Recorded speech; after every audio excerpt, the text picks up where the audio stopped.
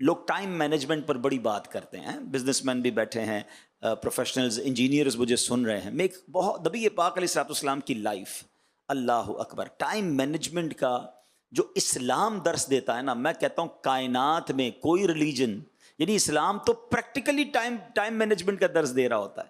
جتنی ٹائمنگ کے ساتھ ہماری عبادتیں ہیں، مجھے بتائیے کہ ہمارا تو سارا کا سارا نظام ہی ٹائمنگز پہ ہے. نماز کا وقت شروع ہو گیا، جب تک وقت شروع نہیں ہوگا آپ نماز نہیں پڑھ سکتے. 1 منٹ پہلے بھی نماز پڑھی تو نماز نہیں ہوگی، 1 منٹ بعد نماز پڑھی ٹائم ختم ہو گیا پھر نماز نہیں ہوگی. افطار پورا دن بھوکے ہیں، 1 منٹ پہلے افطار، چند سیکنڈ پہلے افطار کر لیا تو روزہ گیا. اور جیسے افطار کا وقت ہوگا پھر افطار کریں گے. یعنی ہماری نماز، ہمارے روزے، ہماری عبادات کس قدر ٹائمنگ کے ساتھ ہے. بڑی باتیں کرتے لوگ، میں نے بھی دنیا دیکھی ہے کہ جناب دنیا میں جائیں بڑا ٹائم ٹیبل ہے، لوگ بڑے وقت کے پابند ہیں، ٹرینیں، جہاز، ایوری تھنگ ٹائم پہ آتی ہے. میں دنیا کے بہت سارے ملکوں میں ٹرینوں میں، جہازوں میں، پانی کے جہازوں میں، سب میں سفر کر کے دیکھ لیا. یقیناً ٹائم کا بڑا وہاں پر نظام ہے، مگر کبھی کبھی ایسا ضرور ہوتا ہے کہ جب موسم خراب ہو، طوفان ہو، فاگ ہو، سنو فال ہو، تھوڑا بہت وہاں بھی ٹائم میں فلائٹ کینسل ہو جاتی ہے، لیٹ ہو جاتی، سب ہو سکتا ہے. آؤ میں بتاتا ہوں اسلام میں ٹائم کی کیسی پابندی ہے. آندھی آئے، طوفان آئے، پوری دنیا میں جب اذان کا وقت ہوتا ہے مؤذن اس وقت ٹائم پہ اذان دیتا ہے. آپ دنیا کی کسی مسجد میں چلے جائیں، 99.99% باہر بارش ہو رہی ہے، طوفان ہو رہا ہے، نماز جماعت کا جو وقت ہے امام صاحب ایگزیکٹلی اسی ٹائم پہ جماعت کو کھڑا کر دیتے ہیں. ارے اتنی بڑی تعداد میں ٹائم مینجمنٹ ہے. مسجدوں کی تعداد تو اٹھاؤ، جماعت کتنی ہوتی ہیں، اذانیں کتنی ہوتی، کروڑوں دنیا میں اگر جماعت ہو رہی ہیں، ہر جماعت ٹائم پہ ہو رہی ہے، ہر اذان ٹائم پہ ہو رہی ہے. اللہ اکبر. بلکہ لوگ کہتے ہیں ٹائم مینجمنٹ کے ساتھ ڈسپلن ہونا چاہیے. آؤ میں بتاتا ہوں اسلام ڈسپلن کیسا سکھاتا ہے. اسلام سکھاتا ضرور ہے، ہاں اگر ہم مسلمانوں کے اندر ڈسپلن نہ آ سکا تو اس کا بھی ریزن یہی ہے کہ ہم پریکٹسنگ اگر مسلمان بن جاتے، ہم 5 وقت کے نمازی بن جاتے. بڑی خوبصورت بات پچھلے دنوں نگران شورا سے ایک شخص بتا رہے تھے کہ ایک بندہ کہتا ہے میرا بہت زیادہ ٹائم جو ہے نا گڑبڑ ہے، میری لائف بڑی بکھری ہوئی ہے، میں اپنی چیزوں کو سیٹل ڈاؤن نہیں کر پاتا. جن کو یہ فیل ہوتا ہو کہ یار میری چیزیں سیدھی نہیں ہو رہی، میرے کام پورے نہیں ہو رہے، نگران شورا نے فرمایا ساری باتیں چھوڑو، 5 وقت با جماعت نماز پڑھنا شروع کر دو، تمہارا پورا دن سسٹم میں آ جائے گا. کیونکہ جب آپ سسٹم سے نماز پڑھنا شروع کر دیں گے نا، فجر کے وقت نماز کے لیے مسجد میں آئیں گے، ظہر کے وقت آئیں گے، ٹائم کے مطابق آئیں گے، آپ کی ہر کھانے میں، ہر کہتے ہیں باکس میں آپ کی چیز رہنا شروع ہو جائے گی، اور پوری چیزیں جو ہے سیدھی ہونا شروع ہو جائیں گی. وہ اس کو اس طرح سمجھیے گا کہ ایک چھوٹا بچہ تھا، اپنے والد کے پاس آیا، والد صاحب کو کہا ابو مجھے کچھ کام دیجیے. بچہ ہوتا ہے نا بعض اوقات کام نہیں کرنے دیتا، مجھے ابو کچھ بات کرنی ہے، کچھ کام کرنا ہے، یا آپ کے ساتھ کھیلنا ہے. ابو کچھ کام میں مصروف تھے. تو انہوں نے کیا کیا، دنیا کا ایک نقشہ لیا اور اس کے 5-6 ٹکڑے کیے نا پھاڑ کے، اور کہا بیٹا جاؤ اس کو جوڑ کے لے آؤ. اور کہا بیٹا اب کم از کم گھنٹے 2 گھنٹے کے لیے گیا، میں اپنا کام نپٹا لوں گا. وہ 5-7 منٹ کے اندر جو ہے وہ دنیا کا نقشہ جوڑ کے لے آیا. کہا ابو اور کوئی کام بتائیں. بولا پہلے یہ بتاؤ کہ دنیا کا نقشہ اتنا جلدی، کیونکہ اس کے لیے تو پوری دنیا کا نقشہ معلوم ہونا چاہیے، یہ کیسے جوڑا؟ تو کہتا ابو میں نے دنیا کا نقشہ نہیں جوڑا، اسی پیپر کے پیچھے جو ہے نا ایک بندے کی تصویر بنی ہوئی تھی، آپ نے 5 ٹکڑے کر کے مجھے دیے، میں نے پیچھے دیکھا تو بندہ بنا ہوا تھا، میں نے بندے کے ناک، آنکھیں، کان جوڑے تو پیچھے بندہ بھی ٹھیک ہو گیا، پیچھے دنیا کا نقشہ بھی ٹھیک ہو گیا. تو اس سے سیکھنے کو کیا ملا کہ اگر ہم سارے ٹھیک ہو جائیں نا تو سارا نظام ٹھیک ہو جائے گا. مسئلہ یہ ہے کہ ہم بعض اوقات نظام پر بہت بات کرتے ہیں، ارے جناب مسلمانوں کے اندر ڈسپلن نہیں ہے، مسلمانوں کے ٹائم مینجمنٹ نہیں. ارے اسلام میں تو ہے نا، ہم فالو کریں اسلام کو، ہم اسلام کے اصولوں کو فالو کر لیں. ہم سے زیادہ ٹائم مینجمنٹ اور ڈسپلن کوئی نہیں سکھاتا. مجھے بتائیں نا، دنیا میں بہت سارے مذاہب ہیں، ہر مذہب، ہر قوم کے الگ الگ ان کی عبادت، اور جناب بڑا ڈفرینشیٹ ہے لوگوں میں. مگر ہمارے یہاں کیا ہے، ایک ہی صف میں کھڑے ہو گئے محمود و ایاز، نہ کوئی بندہ رہا نہ کوئی بندہ نواز. کئی بار آپ کے آفیسز میں ہوا ہوگا کہ پیون ہوتا ہے، بظاہر وہ پیون ہے یا بظاہر وہ بہت لو کیٹیگری کی جاب کرنے والا ہے، مگر وہ شریعت کا پابند ہے، اور جب نماز کا ٹائم ہوتا ہے تو باس صف میں کھڑا ہوتا ہے اور وہ اسلامی بھائی امام بن جاتا ہے. یہ آپ کو صرف حسن اسلام میں نظر آئے گا، یہ مساوات کا درس صرف آپ کو اسلام میں نظر آئے گا، کیونکہ اسلام ہمیں نماز کے ذریعے سکھاتا ہے کہ کوئی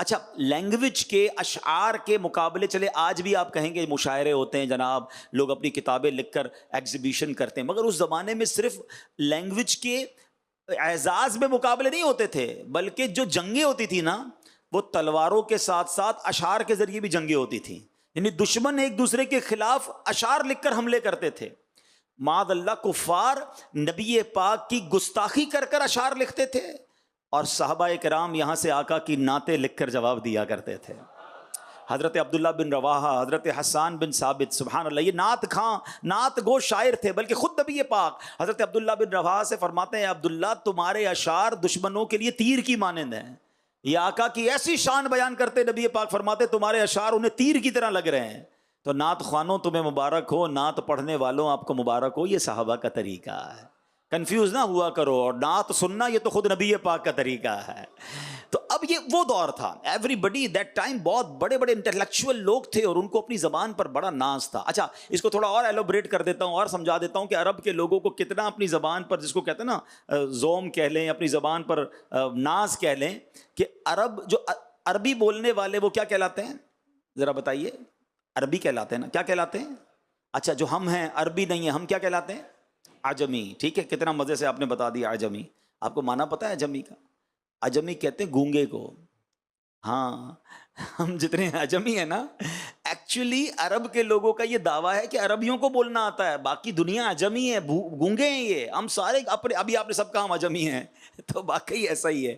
زبان وہی ہے اور اس کے اندر فصاحت بھی بڑی ہے. تو اس زمانے میں بھی وہ ایک تو سارے عربی اور عربیوں کا بھی وہ لیول تھا. اچھا اب پھر نبی پاک علیہ الصلوۃ والسلام کا دور اور سرکار دو عالم علیہ الصلوۃ والسلام اس دور میں آئے. اب ایک اور خوبصورت بات بھی بتاتا ہوں. اب مثال کے طور پہ اب مجھے آج بیان کرنا تھا, میں اپنی مثال دیتا ہوں.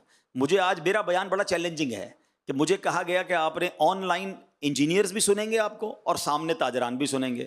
اب یہ دونوں طبقے اپنے اپنے اپنے علاقے کے ماہر ہوتے ہیں, وہ انجینئر ہیں, بڑے پڑھے لکھے ہیں, تاجران تو پورے ملک کو چلا رہے ہوتے ہیں. تو اب مجھے ان دونوں چیزوں کو ذہن میں رکھ کے تیاری کرنی پڑی کہ یار ٹاپک ایسا لینا ہے کہ جو دونوں کو کور کرے, ٹھیک ہے نا. اچھا اب مجھے تو صرف پاکستان میں رہنے والے تاجران یا انجینئرز میں بات کرنی ہے.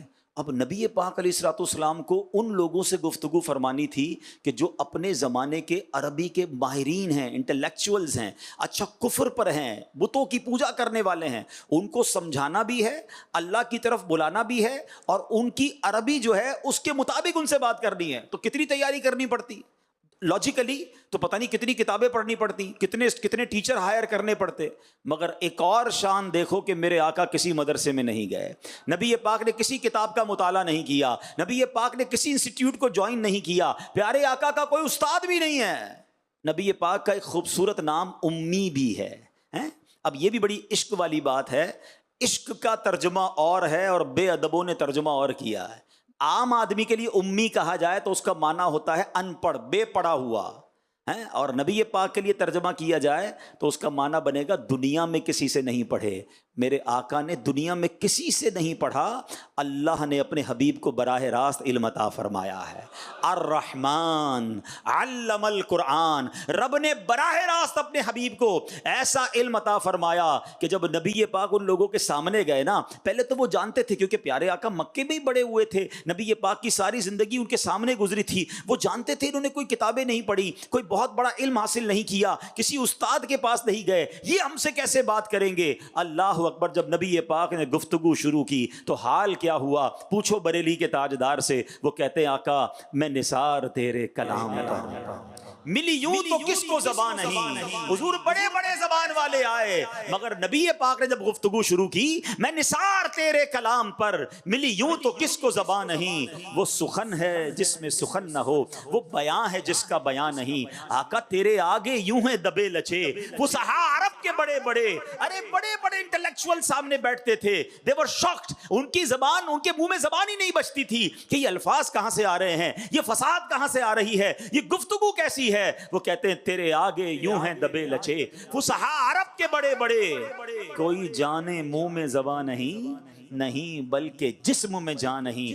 آقا گفتگو فرماتے وہ حیران ہو جاتے. اب میں آپ کے سامنے ایک ایسی حدیث رکھنا چاہتا ہوں جو ہم سب کے لیے چند جملے ہیں مگر زندگی گزارنے کا فارمولا میرے آقا نے عطا فرمایا. گویا دریا کو کوزے میں نہیں سمندر کو کوزے میں میرے آقا نے عطا فرما دیا. اس ایک حدیث پر کئی بیانات ہو سکتے ہیں, کئی کتابیں لکھی جا سکتی ہیں. سنو سرور کائنات صلی اللہ تعالی علیہ وسلم کیا فرماتے ہیں. آقا علیہ الصلوۃ والسلام نے جو سمجھیے آج میں تاجروں کو بھی اور انجینئرز کو بھی ایک بہت خوبصورت ٹائم مینجمنٹ اور زندگی کو کس طرح گزارنا ہے نبی پاک کی ایک ہی حدیث سے سمجھانے کی کوشش کروں گا. آقا فرماتے ہیں اغتنم خمسن قبل خمسن. نبی پاک فرماتے ہیں 5 چیزوں کو 5 چیزوں سے پہلے غنیمت جانو. ہیں کون سی 5 چیزیں؟ اب میں بتاؤں گا آپ کو. 5 چیزوں کو یعنی وہ 5 ہونے والی ہوں اس سے پہلے 5 کو غنیمت جانو. آقا فرماتے ہیں شبابک قبل حرمک. جوانی کو بڑھاپے سے پہلے غنیمت جانو. جتنے جوان مجھے سن رہے ہیں نا, بوڑھا ہونا اب پتہ نہیں بوڑھا ہونا نصیب میں ہے بھی کہ نہیں, لیکن بوڑھے ہونے سے پہلے جوانی کو غنیمت جانو. آقا فرماتے ہیں وصحتک قبل سقمک. فرماتے صحت کو بیماری سے پہلے غنیمت جانو. پھر فرمایا بغناک قبل فقرک. مالداری کو فقیری سے پہلے غنیمت جانو. آقا فرماتے ہیں وفراغک قبل شغلک. فراغت کو شغل مشغول ہونے سے پہلے غنیمت جانو. اور پھر فرمایا وحیاتک قبل موتک.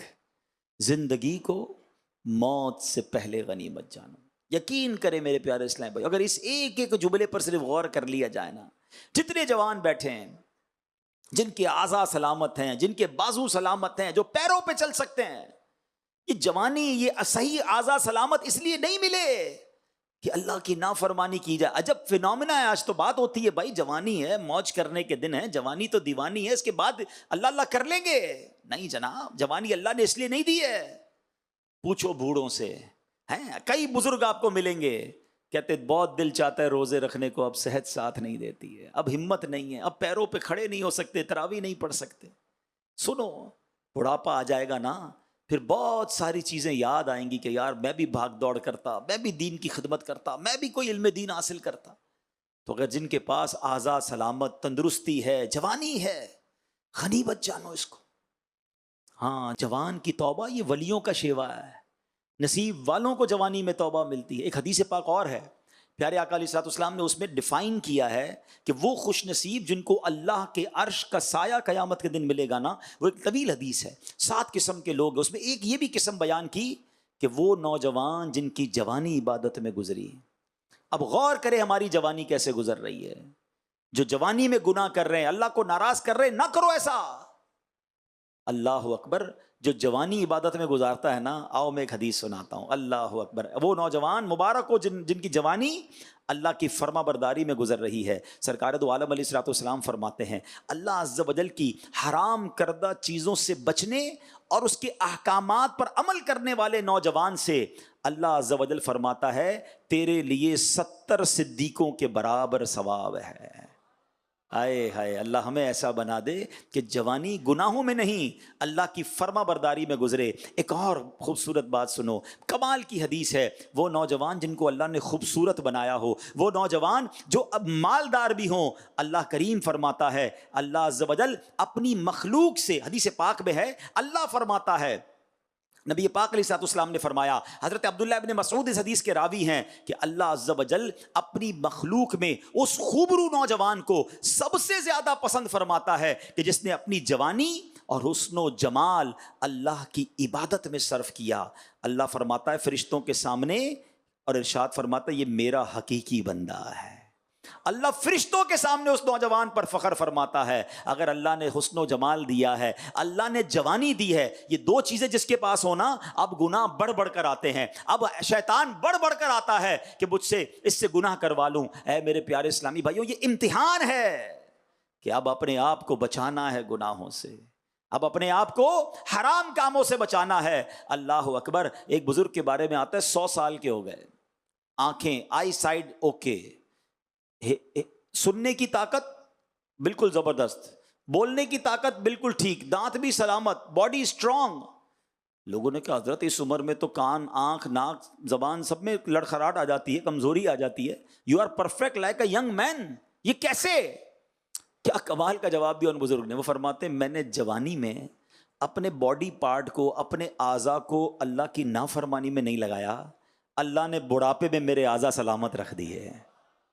ہاں، بڑھاپا اچھا چاہتے ہو نا تو جوانی نیک گزارنا. اگر جوانی میں حرام کام کرنے ہیں نا تو بڑھاپے میں بعض اوقات انسان برباد ہو جاتا ہے. تو نہ کریں میرے پیارے اسلامی بھائیوں. میرے وہ نوجوان جو مجھے سن رہے ہیں، ابھی سن رہے ہیں، بعد میں سنیں، یہ یاد رکھنا کہ بڑھاپے سے پہلے جوانی کو غنیمت جانو. یہ جتنی نیکیاں کرنی ہے کر لیں جو بڑھاپے میں نہیں ہو سکیں گی. مفتی اعظم ہند مصطفیٰ رضا خان صاحب نوری لکھتے ہیں نا، عبادت کے یہی دن ہیں، بڑھاپے میں کہاں ہمت، جو کچھ کرنا ہے اب کر لو، ابھی نوری جوان تم ہو. اللہ کرے کہ یہ بات ہمیں سمجھ آ جائے. آگے چلتے ہیں. نبی پاک نے جو حدیث پاک کا دوسرا حصہ فرمایا، آقا علیہ الصلوۃ والسلام نے کیا فرمایا؟ کتنی خوبصورت بات کہ فرمایا وصحتک قبل سقمک، اپنی صحت کو اپنی بیماری سے پہلے غنیمت جانو. یہ جو میں چل پھر رہا ہوں، اٹھ بیٹھ رہا ہوں، اپنے ہاتھوں سے کھا رہے ہیں، اپنی مرضی سے واش روم جا رہے ہیں، یہ اس نعمت کا اندازہ ہے؟ اصل میں یہ بھی بڑا پرابلم ہے، ہمیں بہت ساروں کو صحت کی نعمت کا اندازہ ہی نہیں ہے.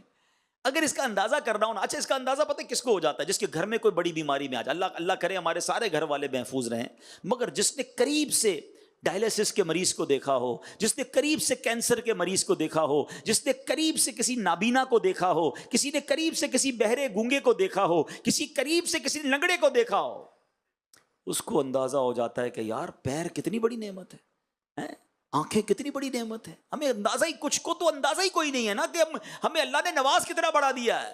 یہ اعضاء کا سلامت ہونا. اچھا کبھی ریئلائز کرنا ہو نا، یہ کاروباری لوگ بیٹھے ہیں، انجینئر مجھے سن رہے ہیں، کبھی کبھی شیطان حملہ کرتا ہے ہم پر، مایوسی سی آ جاتی ہے، یار کاروبار ڈاؤن جا رہا ہے، پیسے تھوڑے ہیں، اور جناب بہت لوگوں کے پاس بہت کچھ ہے، میرے پاس کچھ نہیں ہے. شکوے، شکایات، کمپلینز، عجیب سی باتیں. بعض اوقات فیملی ممبرز کی طرف سے ایسی باتیں آ جاتی ہیں کہ بندہ ڈاؤن فال فیل کرتا ہے. کبھی ایسی کیفیت ہو نا تو اسکوٹر یا گاڑی نکالو اور کسی بھی اسپتال کے ایمرجنسی وارڈ میں چلے جائیں 2 گھنٹے کے لیے. آپ کو لگ پتا جائے گا کہ میں کتنا خوش نصیب ہوں. کیسے کیسے پیر کٹے ہوئے، ہاتھ کٹے ہوئے، نابینا، اتنی ایسی بیماریاں. یعنی پہلے تو ہم سنتے تھے کہ بڑی عمر کے لوگوں کو جا کے کینسر ہوتا ہے، اب تو نوجوانوں کو، بچوں کو بلڈ کینسر ہے، 4 5 سال کے بچوں کو شوگر، انسولین لگ رہی ہے، 3 4 سال کے بچوں کا ڈائلسس ہو رہا ہے، اور میرے دونوں گردے سلامت. آپ بلیو نہیں کر سکتے، گردے فیل ہونا، اللہ معاف کرے، اللہ ہمارے دشمن کو بھی کبھی یہ بیماری عطا نہ فرمائے. پتہ ہی نہیں اللہ نے یہ گردے سلامت دیے کتنی بڑی نعمت ہے. ہمارے ایک بہت قریبی رشتہ دار کے دونوں گردے فیل ہو گئے تھے. میں ان کے ساتھ ملتا تھا نا، وہ پتہ کیا کہتے تھے؟ آپ صرف پانی پیتے ہو نا مجھے حسرت ہوتی ہے. کہتے میں پورے دن میں 1 گلاس پانی پی سکتا ہوں، ڈاکٹر نے کہا اس سے زیادہ پانی مت پینا. میں چسکی لے کے پانی پی کے پھر رکھ دیتا ہوں. یار جتنا جی چاہے پانی پیتے ہیں، جتنا جی چاہے جا کر پھر واش روم میں اس سے فارغ ہو جاتے ہیں. کبھی سوچا ہے کسی کا پیشاب رک جائے، جا کے پوچھو تکلیف کس کو کہتے ہیں؟ یہ صحت کی تو قدر ہی نہیں ہے، ہمیں پتہ ہی نہیں ہے کہ ہمیں کیا نواز دیا اللہ نے. کاروبار نہیں ہے، مارکیٹ ڈاؤن ہے، گھر بڑا نہیں ہے، کرائے کا گھر ہے، شکوے ہی ختم نہیں ہوتے ہمارے. میرا گریڈ نہیں بڑھ رہا، آفس میں جاب کر رہا ہوں تو مجھ سے اوپر والا گریڈ آگے بڑھ گیا. ارے تمہیں رب نے جو دیا اس کا شکر کب ادا کرو گے؟ اور اس صحت کی نعمت کی قدر کب کرو گے؟ اللہ اکبر. ایک ایسا ہی کمپلیننٹ، شکوے کرنے والا ایک بزرگ کے پاس چلا گیا. کہتا حضور اللہ نے مجھے کچھ دیا ہی نہیں ہے، میں بہت پیچھے رہ گیا، سارے دوست آگے بڑھ گئے. آپ نے فرمایا کچھ نہیں دیا؟ کہا کچھ نہیں دیا. کنگال، غریب، گھر بھی کرائے کا، اپنی کوئی چیز نہیں. فرمایا اچھا ایسا کرو، ایک آنکھ مجھے دے دو، 10 لاکھ روپے لے لو. کہتا آنکھ؟ اندھا ہو جاؤں گا حضور، کیسے دے دوں؟ فرمایا اچھا 2 ہاتھ ہے نا، بلکہ 2 ہاتھ چھوڑو، ایک انگوٹھا دے دو، 2 لاکھ روپے لے لو. ایک ایک کر کے ساری انگلیاں دے دو 2 لاکھ میں. اچھا 2 کان ہیں، 1 کان دے دو، ٹھیک ہے، 1 گردہ دے دو، زندہ رہو گے، مرو گے نہیں، 10 لاکھ روپے لے لو. وہ منع کرتا رہا، یہ گنواتے رہے. آخر میں کہتے ہیں عجیب آدمی ہو، کروڑوں کی پراپرٹی لے کے گھوم رہے ہو، کہتے ہو اللہ نے کچھ نہیں دیا. کاش یہ بات سمجھ آ جائے. میں نے اور آپ نے کوئی دعا نہیں کی تھی اللہ سے کہ اللہ آنکھ والا بنانا, کان والا بنانا, گونگا مت بنانا. کچھ دیکھو تو سی کبھی کسی گونگے کو کیسے اشارے کرتا ہے بیچارہ, بات ہی نہیں سمجھا پاتا یار, آوازیں نکالتا ہے عجیب عجیب قسم کی, ہنستے ہیں لوگ اس پر. مجھے اور آپ کو جب جو بات کرنی ہے اپنی زبان سے ہم کرتے ہیں. کبھی شکر ادا کیا یا اللہ زبان والا بنایا؟ تھوڑی دیر کے لیے جتنے بیٹھے آنکھیں بند کی, 10 سیکنڈ کے لیے اپنی آنکھیں بند کیجئے, درود پاک پڑھ لیجیے, آنکھیں بند کر کے درود پاک پڑھیے, الصلاۃ والسلام علیک یا رسول اللہ وعلی آلک واصحابک یا حبیب اللہ. اب آنکھیں کھول دیجیے. آنکھیں بند تھی تو کیا نظر آ رہا تھا؟ کچھ آ رہا تھا نظر, لیکن کوئی کلر بلیک ایسا ہی تھا نا. آنکھیں کھولی تو سب نظر آنے لگ گیا. 10 سیکنڈ کے لیے تمہاری میری آنکھیں بند ہوئی تو اندھیرا تھا. نابینا کی ساری زندگی میں اندھیرا ہوتا ہے, وہ کچھ نہیں دیکھ سکتا. میں آپ کو بتاؤں, مجھے 2 دن پہلے ایک میسج آیا. ایک اسلامی بھائی تھے, ہمارے ایک پروگرام ہوتا ہے مدنی چینل پر, ذہنی آزمائش, اس پہ انہوں نے نابینا تھے, وہ ایک پروگرام میں وہ آئے تھے. جنہوں نے دیکھا ہوگا ان کو پتا ہے, وہ کافی انہوں نے ایک خاکہ پیش کیا, رونے لگ گئے, سب رونے لگ گئے. امیر اہل سنت کی کال تشریف لائی اور اس نابینا کو مدینے کا ٹکٹ امیر اہل سنت نے دیا. وہ نابینا مدینے پہنچ گیا. اس وقت بھی وہ مدینے شریف میں ہے. مجھے پرسوں گنبد خضرا کے سامنے سے, پرسوں یا 3 دن ہوئے, انہوں نے ایک ویڈیو بنا کے بھیجی, بہت دعائیں دیں, مگر میں گمسم ہو گیا جب وہ ویڈیو دیکھی نا. میں نے کہا یا اللہ, یہ مدینے تو پہنچ گیا مگر گنبد خضرا کو دیکھ نہیں پا رہا ہے. اب سوچو یار, آنکھ کتنی بڑی نعمت ہے. وہ بیچارہ جب مکے مدینے پہنچتا ہوگا اس کو اور کتنی حسرت ہوتی ہوگی, یا اللہ کعبہ سامنے سب دیکھ رہے, میں نہیں دیکھ پا رہا. میں نے اور آپ نے کیا ایسا کمال کیا کہ اللہ نے مجھے اور آپ کو آنکھ والا بنا دیا؟ کبھی شکر ادا کیا کہ یا اللہ تیری مہربانی, آنکھ والا بنایا, زبان بھی دی, کان بھی دیے, گردے بھی پورے دیے, پیر بھی دیے, لنگڑا نہیں بنایا.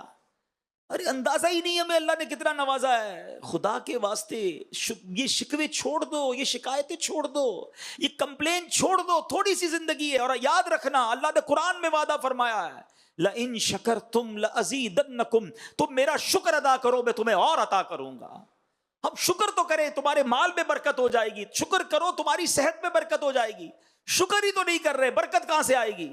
سب سے پہلے تو ناشکری سے نکل جاؤ. یہ کمپلین کرنا ہی چھوڑ دو. کبھی بھی کوئی پوچھے کیا حال ہے, یار اللہ نے کروڑوں سے زیادہ نوازا ہے, میری اوقات سے زیادہ میرے رب نے مجھے دیا ہے. میرے پاس جتنے میرے گناہ ہیں نا, میں ایک اور لاجک آپ کو سمجھاتا ہوں. آپ کے پاس بھی ملازم کام کرتا ہے, آپ اس کو موٹر سائیکل دیں, بیٹا روز جانا, یہ کام کرنا ہے آپ نے, فلاں جگہ ڈاکیومنٹ دینے, فلاں جگہ پیسے اٹھانے, یہ موٹر سائیکل اس لیے تجھے دے رہا ہوں.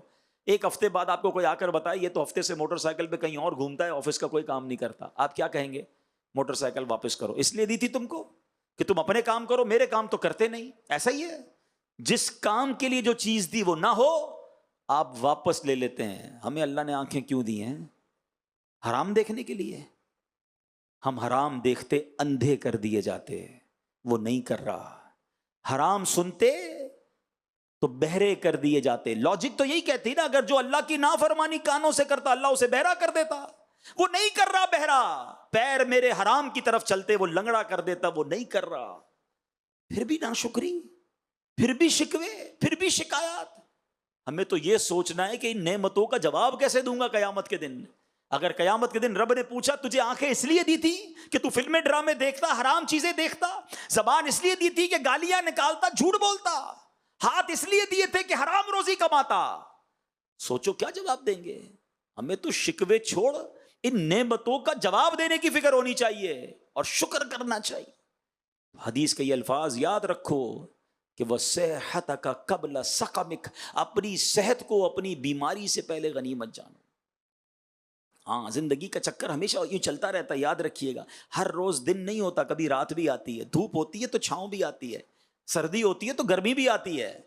مسائل, زندگی کی جو گاڑی ہے نا یہ مسائل کے پہیوں پہ چلتی ہے. سدا کوئی صحت مند نہیں رہتا, بیماری کا کبھی نہ کبھی جھٹکا آتا ہے. تو جب آنے والا ہے یا اللہ نہ کرے آنا ہے تو try to take more good deeds. ابھی صحت ہے نا, زیادہ نہیں کیا جمع کر لو نا.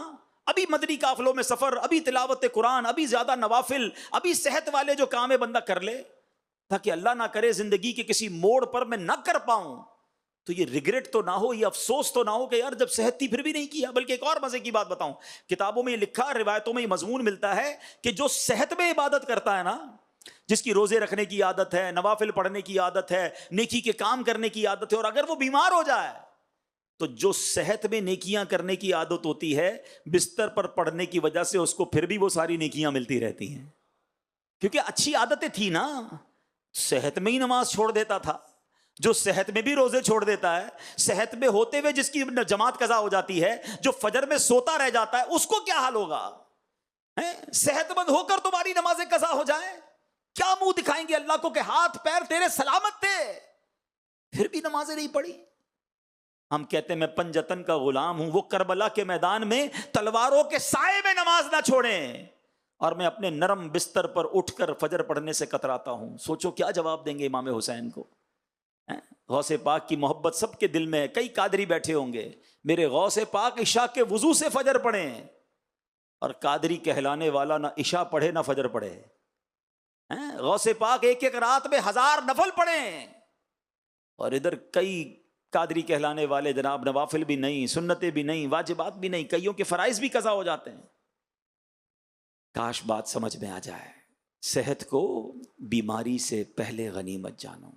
حدیث کا اگلا پارٹ، وَغِنَاكَ قَبْلَ فَقْرِكَ، مالداری کو غربت سے پہلے غنیمت جانو. یہ میرا خیال ہے یہ پوائنٹ تو تاجران کے سوا کوئی نہیں سمجھتا. جتنا زیادہ یہ پوائنٹ آپ سمجھتے ہو نا، شاید دنیا میں کوئی نہیں سمجھتا ہوگا.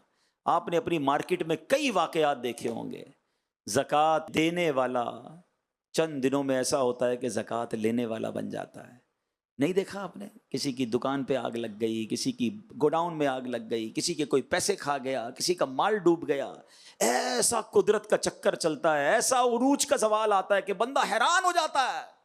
اور ہم نے دیکھا ہے ایسے مالداروں سے جب ملتے تھے، یار ایک وقت تھا میرے پاس اربوں روپے تھے، کروڑوں روپے تھے، میں کاش اس وقت اللہ کی راہ میں خرچ کرتا. میں تو یہی سوچتا رہا بعد میں کروں گا، تھوڑے اور بعد میں کروں گا، اور کما لوں پھر کروں گا. ارے اللہ کی راہ میں خرچ کرنے کی باری نہیں آئی، اور میرے سارے پیسے ہی چلے گئے. کوئی لے کر چلا گیا، ڈاکو لے کر چلا گیا. ارے ڈاکو لے کر چلا گیا، تم خود ہی اللہ کی راہ میں جمع کرا دیتے نا. میں آپ کو حدیث سناتا ہوں، لوگ انشورنس کرواتے ہیں، ناجائز انشورنس کی طرف جاتے ہیں. آؤ میں آپ کو مدنی سیکیورٹی بتا رہا ہوں. اللہ کے حبیب علیہ الصلوۃ والسلام کا فرمان حدیث قدسی ہے. آئے ہائے کتنی خوبصورت حدیث ہے. اللہ فرماتا ہے، اے ابن آدم اپنا مال میرے پاس جمع کروا دے، نہ جلے گا، نہ ڈوبے گا، نہ چوری ہوگا، نہ کم ہوگا. حدیث پاک کا مضمون ہے، میں تجھے اس وقت لوٹاؤں گا جب تجھے ایک ایک نیکی کی ضرورت ہوگی. کدھر جمع ہو جائے گا؟ اللہ کی بارگاہ میں جمع ہو جائے گا. میں ادھر خرچ کرتا ہوں، وہ میرے ہی اکاؤنٹ میں آخرت کے جمع ہو جائے. اگر خدا نہ خواستہ کاروبار ختم بھی ہو گیا، خدا نہ خواستہ کوئی نقصان بھی ہو گیا، مگر جو اللہ کے پاس جمع کرائے ہوئے نا وہ سارے سیکیور ہیں. اچھا مزے کی بات یہ ہے، ایسا نہیں جو میں اللہ کی راہ میں خرچ کرتا ہوں قیامت کے دن ہی ملیں گے. میرے نبی فرماتے صلی اللہ تعالی علیہ وسلم کہ میں اللہ کی قسم کھا کر کہتا ہوں، اللہ کی راہ میں خرچ کرنے سے مال کم نہیں ہوتا. مطلب کیا ہوا؟ جب میں اللہ کی راہ میں خرچ کروں گا، ملٹی پلائی ہو کر دنیا میں بھی ملے گا اور جنت کے اکاؤنٹ میں بھی جمع ہو رہا ہے. ارے اس سے اچھی سیکیورٹی کون سی ہے؟ مگر دل ہے کہ مانتا نہیں، دل ہے کہ پیسے نکلتے ہی نہیں. اللہ کی راہ میں خرچ کرنے کا ذرا بوجھ پڑ جاتا ہے دل پر. ارے کبھی کوئی ایسا بندہ آپ نے دیکھا، آپ کو ملے مارکیٹ میں کوئی شخص، یا میرے جو انجینئر سن رہے ہیں آپ کو کوئی ایسا انجینئر ملے کہ یار بہت افسوس ہوا، آج بہت موڈ آف ہے. کیوں آف ہے بھائی؟ یار میرے جیب میں 20,000 تھے، آتے آتے میں اپنے اکاؤنٹ میں جمع کرا کے آ گیا. کوئی کہے گا یار کائے کا ٹینشن ہے، آپ کی جیب سے آپ کے اکاؤنٹ میں ہی جمع ہوئے نا، تو پھر کیوں برا فیل کر رہے ہو؟ پھر ٹینشن کائے کی ہے؟ آپ کی پیسے آپ ہی کے اکاؤنٹ میں گئے ہیں. کاش یہ بات سمجھ آ جائے کہ جتنے پیسے میں اللہ کی راہ میں خرچ کر رہا ہوں وہ کہیں نہیں جا رہے، وہ میرے ہی اکاؤنٹ میں جمع ہو رہے ہیں. اور اس اکاؤنٹ میں جمع ہو رہے ہیں کہ جہاں مجھے بہت ساری نیکیوں کی حاجت ہوگی. جتنے مجھے مالدار لوگ، تاجران، انجینئر سن رہے ہیں، اس بات کو ایک واقعے سے مزید سمجھیے. جو نبی پاک نے فرمایا نا کہ غربت سے پہلے مالداری کو غنیمت جانو، اٹ مینز اپنی مالداری میں اللہ کی راہ میں خرچ کر کے اپنا مال آگے پہنچا دو، کہیں کوئی اور نہ لے جائے. ایک بادشاہ کے بارے میں آتا ہے کہ اس بادشاہ نے پوری مملکت میں ایک کمپٹیشن کروایا، ہو از the biggest fool in our country. پورے ملک کے اندر سب سے بڑا بے وقوف کون ہے؟ مقابلہ کروایا وزیروں نے. ایک بے وقوف کو سلیکٹ کیا اور بادشاہ کے سامنے پیش کیا کہ حضور یہ سب سے بڑا بے وقوف ہے. بادشاہ نے کہا چیک کر لیا؟ کہا ہم نے چیک کر لیا حضرت, بڑے ٹیسٹ لیے, اس سے بڑا بے وقوف کوئی نہیں. بادشاہ نے اپنی سونے کی مالا اتاری, اسے انعام میں دی, وہ خوشی خوشی گھر چلا گیا. کچھ دنوں کے بعد اس بے وقوف کو اطلاع ملی کہ بادشاہ سلامت بہت بیمار ہو گئے ہیں. اس نے کہا چلو میں بھی جا کے ملتا ہوں. بادشاہ کے پاس آیا, کہتا ہے بادشاہ سلامت طبیعت کیسی ہے؟ بادشاہ کہتا ہے بہت بیمار ہوں, اب تو دنیا چھوڑ کر جا رہا ہوں, اب اس دنیا سے اور جانا ہے, اور جہاں میں جا رہا ہوں. کہتا ہے اچھا بادشاہ سلامت کہیں اور جا رہے ہیں؟ کہا ہاں دوسری دنیا میں جا رہا ہوں. بادشاہ سلامت ایک بات تو بتائیے, اتنا بڑا گھر, اتنے کمرے, اتنا زبردست بیڈ روم, اتنا بڑا ڈرائنگ روم, جدھر جا رہے ہیں ادھر گھر بنا لیا؟ بادشاہ کہتا ہے ادھر تو جھونپڑی بھی نہیں بنائی. کہا اچھا بادشاہ سلامت میں دیکھتا ہوں آپ کے آگے پیچھے خادم خادمائیں نوکر چاکر, جدھر جا رہے ہیں ادھر خادم بھیج دیا آپ نے؟ کہا ادھر تو ایک بھی خادم نہیں بھیجا. اچھا بادشاہ سلامت میں دیکھ رہا ہوں آپ کے پاس پیسے بہت ہیں, سونا چاندی زیور کیش, جدھر جا رہے ہیں ادھر پیسے بھجوا دیے؟ بادشاہ کہتا ہے ادھر تو پھوٹی کوڑی بھی نہیں بھجوائی ہے. بے وقوف کیا کرتا ہے پتہ ہے؟ اپنی مالا اتار کے بادشاہ کے گلے میں ڈال دیتا ہے. کہتا ہے حضور پھر مجھ سے بڑے بے وقوف تو آپ ہوئے نا. یہ ہے ایک واقعہ مگر ہم سب کے لیے کمال کی نصیحت ہے. وہ کہتا ہے بادشاہ سلامت آپ کو پتہ ہے کہیں اور جا رہے ہیں, نہ ادھر گھر بنایا, نہ پیسے بھجوائے, نہ اپنے نوکر بھجوائے, تو مجھ سے بڑے بے وقوف تو آپ ہوئے نا. اے لاہور, فیصل آباد, حیدرآباد, سندھ, بلوچستان اور دنیا پاکستان کے مختلف شہروں سے آنے والوں, مجھے سننے والوں, سب سے پوچھتا ہوں آپ کا پاکستان میں گھر کا ایڈریس ہے؟ آپ کہیں گے ہے. جنت میں گھر کا ایڈریس کہاں ہے کوئی جو کہے ہاں میرا جنت میں بھی گھر ہے؟ ہیں آپ کے پاس ادھر پیسے جیب میں بھی ہیں, بینک میں بھی ہیں, ادھر کے اکاؤنٹ میں کتنے ہیں؟ پوچھو اپنے آپ سے, بھجوائے نہیں بھجوائے؟ یہ سوال کیا کرو اپنے آپ سے. ادھر سے تو جانا ہے نا, یہ تو کنفرم ہے. کوئی ہے جس کو نہیں جانا ہے تو پھر یہی رہنے دو. اگر کسی کے پاس کنفرم ٹکٹ ہے کہ جناب میں تو دنیا کو چھوڑ کے جاؤں گا ہی نہیں, ادھر ہی رہنا ہے, اس لیے پراپرٹی بھی ادھر ہی ہے, پیسے بھی ادھر ہی ہیں, خادم بھی ادھر ہی ہیں, گھر بھی ادھر ہی ہے, میں کیوں بھجواؤں آگے؟ پھر تو ٹھیک ہے. اف اینی بڈی کوئی ہے ایسا تو بتا دو. اور اگر سب کو پتا ہے کہ جانا ہے تو جس نے نہیں بھجوائے وہ اپنے آپ سے پوچھے پھر بے وقوف کون ہے. آپ بولیں گے مولانا صاحب ٹھیک ہے بات تو سمجھ آ گئی, اب کیسے گھر بنے گا جنت میں؟ ہاں یہ سوال بہت اچھا ہے. حدیث پاک میں سناتا ہوں, میرے آقا فرماتے ہیں جو اللہ کے لیے مسجد بناتا ہے اللہ اس کے لیے جنت میں گھر بناتا ہے. میرے نبی کا وعدہ ہے. ہاں بناؤ نا ایک مسجد, اچھا پوری نہیں بنا سکتے پھر بھی نہ گھبرائیں. میرا دین صرف مالداروں کا دین نہیں ہے, ہائے ہائے یہ اسلام کی خوبصورتی ہے. اللہ کے حبیب علیہ الصلوۃ والسلام کی ایک اور حدیث ہے, آپ فرماتے ہیں جو چڑیا کے گھونسلے جتنی مسجد بھی بنائے, حدیث پاک کا خلاصہ ہے, جو چڑیا کے گھونسلے جتنی بھی مسجد بنائے اللہ اس کے لیے بھی جنت میں محل بنائے گا. جب میں نے پہلی بار یہ حدیث پڑھی تھی میں نے ہمارے مفسر قرآن قبلہ مفتی قاسم صاحب کو فون کیا. میں نے کہا حضور یہ چڑیا کے گھونسلے جتنی مسجد کہاں سے ہوتی ہے؟ اتنی سی تو مسجد ہوتی نہیں, اس حدیث کا شرح کیا ہے؟ آپ نے فرمایا جو چڑیا کے گھونسلے جتنا بھی حصہ مسجد میں ملا دے, یعنی ایک اینٹ بھی مسجد میں لگا دے گا اللہ اسے بھی جنت میں گھر عطا فرمائے گا. ہے نا, غریبوں کا بھی کام ہو گیا نا. لیکن دل چاہیے. اچھا اب امیر بولے میں 2 اینٹیں لگوا دیتا ہوں, یہ نہیں ہونا چاہیے. چلو اللہ کریم ہے 2 اینٹوں پہ بھی جنت دے دے گا, لیکن یہ دل کی بات ہے نا کہ اپنا گھر شاندار مسجد میں تھوڑے سے دے دیا. ارے یہ اللہ پاک کی بارگاہ میں پیسے تھوڑی جاتے ہیں, دل جاتا ہے کہ اس کو اللہ سے محبت کتنی ہے, آخرت سے محبت کتنی ہے.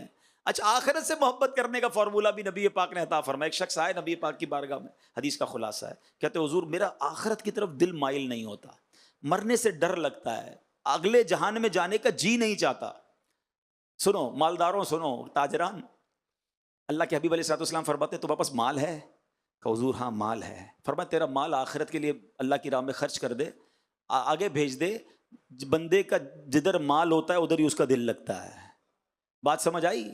اگر جو لاہور میں رہنے والا ہے نا اس کی کراچی میں فیکٹری ہو نا, اس کا لاہور میں کم دل لگے گا, کراچی میں زیادہ لگے گا.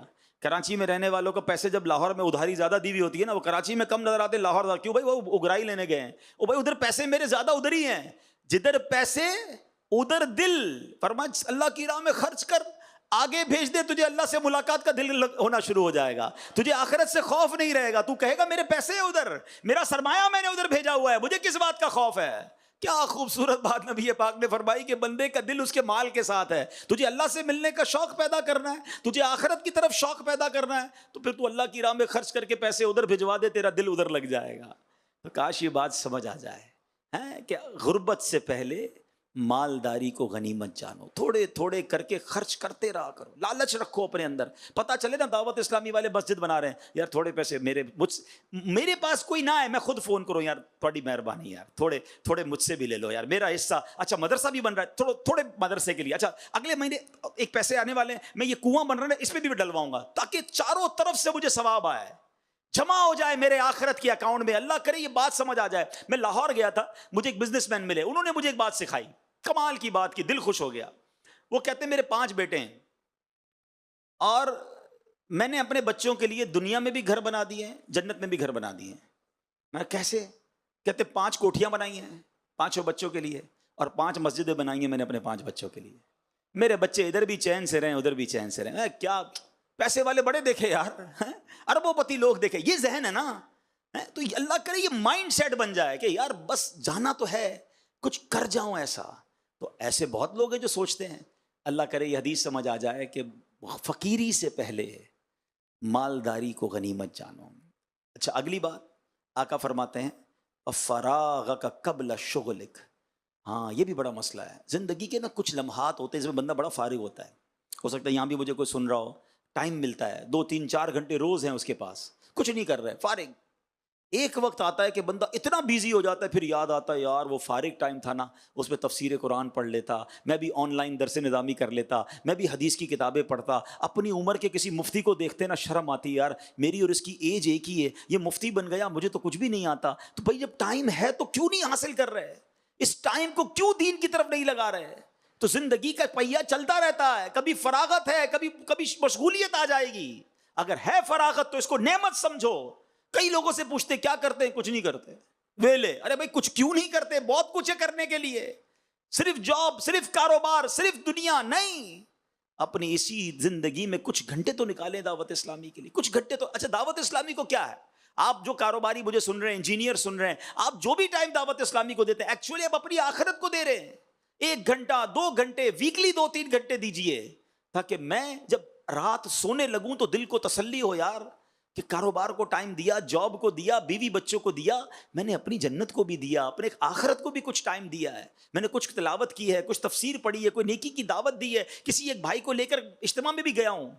کچھ نہ کچھ ڈیوٹی لیجئے، کچھ نہ کچھ ذمہ داری لیجئے. ایسے کئی دعوت اسلامی میں تاجران ہیں، کروڑوں بلکہ اربوں پتی ہیں، مگر اللہ کی رحمت سے دن رات دین کی خدمت کر رہے ہیں. تو یار وہ کرے تو میں کیوں نہیں کر سکتا؟ تو آئیے ہم بھی دین کی خدمت. اور کاروباری نے جب دین کی خدمت کی ہے، یہ میں آپ کو اور بات مزے کی بتا دوں. آپ اٹھائیے اسلام کی تاریخ، سبحان اللہ، سیدنا عثمان غنی بہت بڑے بزنس مین، حضرت ابوبکر صدیق بہت بڑے بزنس مین، خود نبی پاک نے تجارت فرمائی. اب آئیے حضرت عبد الرحمن بن عوف اس زمانے کے بلینر الحمدللہ بزنس مین تھے اور عشرہ مبشرہ میں سے ہیں. لوگ کہتے پیسے والا جنتی کیسے ہو؟ ارے پیسے والے بھی تھے اور جنتی صحابہ بھی تھے، مالدار بھی تھے، ایک ایک روپیہ حلال کا تھا اور اللہ کی راہ میں خرچ بھی کرتے تھے. اور آگے آؤ تو امام اعظم ابو حنیفہ، اللہ اکبر، فقہ کے امام ہیں. علم کتنا کہ آپ کے شاگرد بھی مجتہد ہیں اور اربوں پتی اس زمانے کے. بہت بڑا کپڑے کا بزنس تھا. کس تاجر کی بات کروں؟ تو اسلام میں جب بھی بزنس کمیونٹی کے لوگ آگے آئے بڑا کمال کیا. تو اے میرے تاجروں آپ بھی آگے آئیے، جو انجینئر مجھے سن رہے ہیں آپ بھی آگے آئیے. پڑھے لکھے لوگوں کی دعوت اسلامی کو ضرورت ہے. سب مل کے اللہ کے دین کی بات کرتے ہیں، سب مل کے سنتوں کی بات کرتے ہیں. آؤ سب مل کے لوگوں کو نمازی بناتے ہیں تاکہ جب قیامت کے دن بارگاہ رسالت میں حاضری ہو تو ہم عرض کر سکیں کہ حضور ہم بھی آپ کے دین کی خدمت کا ایک چھوٹا سا چراغ جلا کر آئے ہیں. حضور کچھ زیادہ تو نہیں کیا مگر اپنے حصے کی کوئی کوشش کر آئے ہیں. مگر کچھ لوگ ہیں جو فارغ بھی ہیں مگر پھر بھی ٹائم نہیں دیتے. ایسا نہ کریں. اور آخری حدیث کا جو پارٹ ہے وہ حیاتک قبل موتک. آقا فرماتے ہیں زندگی کو موت سے پہلے غنیمت جانو. پتہ ہے جب ہم مر جائیں گے نا آنکھیں بند ہو جائیں گی، ایک بار سبحان اللہ بھی نہیں کہہ سکیں گے. ذرا کہیے سبحان اللہ، اب کہیے الحمدللہ، اب کہیے اللہ اکبر، اب کہیے لا الہ الا اللہ محمد الرسول اللہ. ان سب چیزوں کو ہم نے پڑھا، پورا منٹ نہیں ہوا، 25-30 سیکنڈ میں ہم نے سب پڑھ لیا. کیا کر سکتے ہو دنیا میں 25-30 سیکنڈ میں؟ کتنے پیسے کما سکتے ہو؟ نہیں کما سکتے. مگر دیکھو میرے نبی کے سچے وعدے ہیں، جو ایک بار سبحان اللہ کہے جنت میں درخت لگ جاتا ہے. ایک بار الحمدللہ کہے جنت میں درخت، ایک بار اللہ اکبر کہے جنت میں درخت، ایک بار کلمہ پڑھو جنت میں درخت. ٹائم نہیں ہے. کدھر ہے پھر ٹائم؟ کیا کر رہے ہیں؟ مرنے کے بعد سبحان اللہ کے لیے ترسے گا بندہ، کہے گا یا اللہ واپس بھیج دے، ایک تسبیح پڑھ لوں، 2 رکعت پڑھ لوں. کوئی چانس نہیں ملے گا. مولا علی فرماتے ہیں نا، آج عمل کا دن ہے، کل جزا کا دن ہوگا، وہاں حساب ہوگا. پھر کل مرنے کے بعد عمل نہیں ہو سکے گا. Today is the time of action and tomorrow is the time of accountability. وہ حساب کا دن ہے، ابھی ایکشن کا دن ہے نا. کرو نا عبادت، کس نے روکا ہے؟ لیکن نہیں بنتا ٹائم. اللہ کرے کہ مرنے سے پہلے یہ سمجھ آ جائے بات. ہمارے اسلاف کو سمجھ آ گئی تھی، وہ تو اتنی نیکیاں اسی لیے تو کرتے تھے کہ یار مرنے کے بعد نہیں کر سکیں گے. ہم کو مثال کے طور پہ کسی کمرے میں چھوڑ دیا جائے کہ جتنا خزانہ اٹھانا اٹھا لو. آپ کیا کریں گے؟ 2-3 سونے کے بسکٹ جیب میں رکھ کے نکل آئیں گے، یا آپ کہیں گے رکیں بڑا تھیلا لے کر آتا ہوں بھائی، ایک بلکہ ٹرک ہی لے آتا ہوں، سارا ہی لے جاتا ہوں. تو یہ دنیا میں اور آپ آئے ہوئے ہیں نا، جب تک سانسیں، خزانہ سامنے ہیں. پڑھو سبحان اللہ جنت کا درخت، پڑھو الحمدللہ جنت کا درخت، درود پاک 10 رحمتیں، 2 رکعت نفل، کتنی نیکیاں. کاش یہ سمجھ آ جائے کہ میں جمع کروں نیکیاں، کیوں اپنی سانسوں کو ضائع کروں. تو اے میرے پیارے اسلامی بھائیوں، یہی دعوت اسلامی کا ماحول سکھاتا ہے کہ یہ جگہ جی لگانے کی دنیا نہیں ہے، یہ عبرت کی جا ہے، تماشا نہیں. ہم اس دنیا میں آخرت کی تیاری کرنے آئے ہیں. ہم دنیا میں دنیا بنانے تھوڑی آئے ہیں. لیکن کچھ لوگ ایسے دنیا جی رہے ہیں، مرنا ہی نہیں ہے جیسے. آئیے مل کر اب دعوت اسلامی والے بن جائیں، اپنی آخرت کی تیاری کرنے والے بن جائیں. الحمدللہ اس مدنی ماحول میں، اس سنت و برے ماحول میں ہمارے لیے بہت سارے موقع ہیں. بزنس کمیونٹی کے لیے موقع ہیں، پروفیشنلز کے لیے موقع ہیں، اسٹوڈنٹس کے لیے موقع ہیں، ٹیچرز کے لیے موقع ہیں کہ آئیے اپنے اپنے طور پہ دعوت اسلامی کی خدمت کیجیے، دین کا پیغام عام کیجیے. اللہ مجھے بھی عمل کرنے کی توفیق عطا فرمائے، آپ کو بھی نصیب فرمائے، اور سنتوں کا ہمیں پابند بنا دے. اللہ آپ کے رزق حلال میں، کاروبار میں برکتیں دے، اور آپ سب کو تمام مشکلوں اور پریشانیوں سے محفوظ رکھے. جزاک اللہ. صلو علی الحبیب صلی اللہ تعالی علی محمد صلی اللہ علیہ وسلم.